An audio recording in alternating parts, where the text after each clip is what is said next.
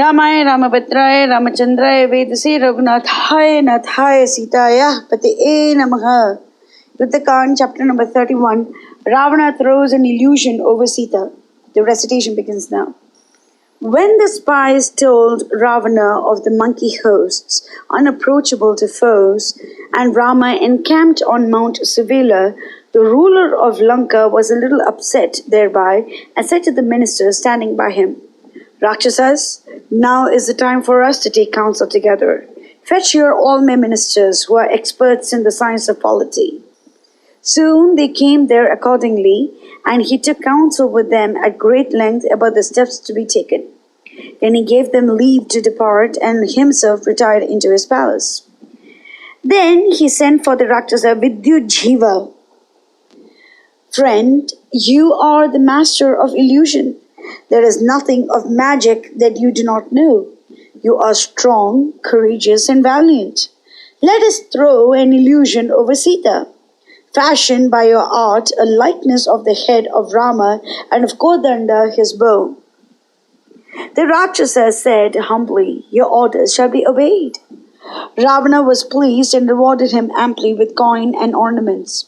Then, moved by a strong desire to behold Sita once more, the mighty king went to the Ashoka grove and found Sita bowed down with grief, still seated on the bare earth.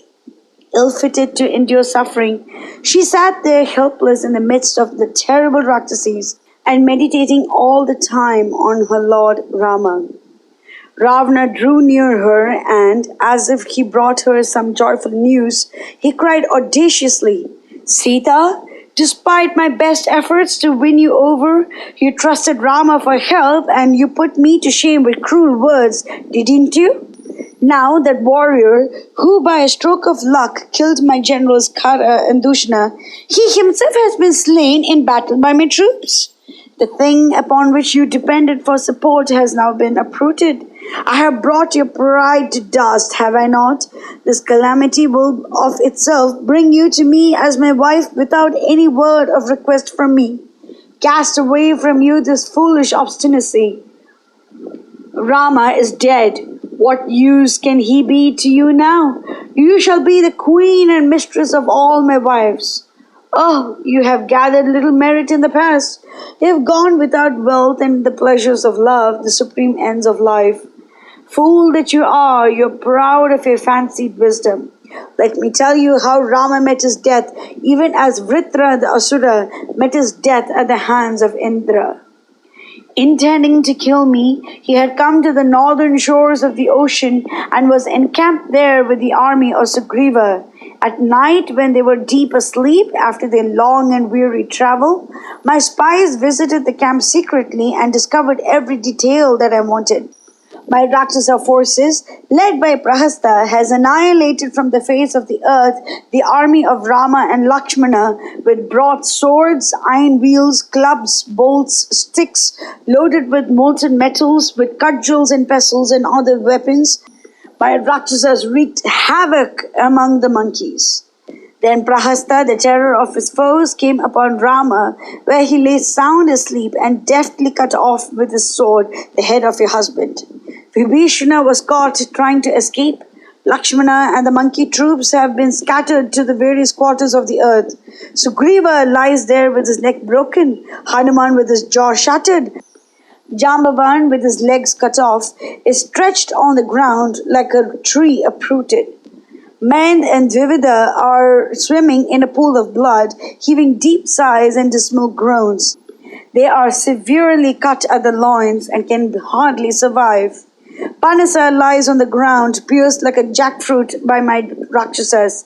Dadimukha too lies there, cloven to pieces by many Narachas. Kumuda of mighty luster lies silenced by arrows. Like the cloud banks being shattered by a storm, some monkeys were trampled to death by elephants and chariots. Some were caught as they fled. Some ran here and there in terror. Some were hit from behind and taken prisoners. Like a herd of elephants chased by mighty lions, the monkey army was thrown into confusion in a moment. Some fell into the sea, some sprang into the sky. Bears clambered up the trees like monkeys and so escaped. The monkeys could not make out their friends from foes in the darkness of the night, and so they fought one another to death on mountains and seashore and in the woods.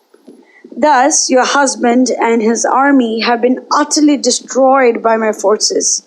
And now you shall see the head of Rama covered with dust and blood. He called a Rakshasi and said to her loud enough for Sita to hear, "Fetch Viddhujivha, he has brought the head of Rama from the field of battle." Forthwith Viddhujivha brought the head and bow of Rama, bowed before his lord, and stood there awaiting orders. Then Ravana said to him, "Place in front of Sita the head of her husband. Let her see with her own eyes and know that Rama is dead." Then that Rakshasa placed before her the lovely head of Sri Rama. Ravana took the bow of Rama from the hands of Viddhujiva and said to Sita, "Lo, the bow of your husband. Prahasta, my general, slew him at midnight and brought this to me." He pointed to the head and the bow and cried to Sita, "Now at least will you yield to me and do my will?" Mangalam Kushlendraya Mahaniya Gunabde Chakravarti Dhanurjaya Sarvabhaumaya Mangalam.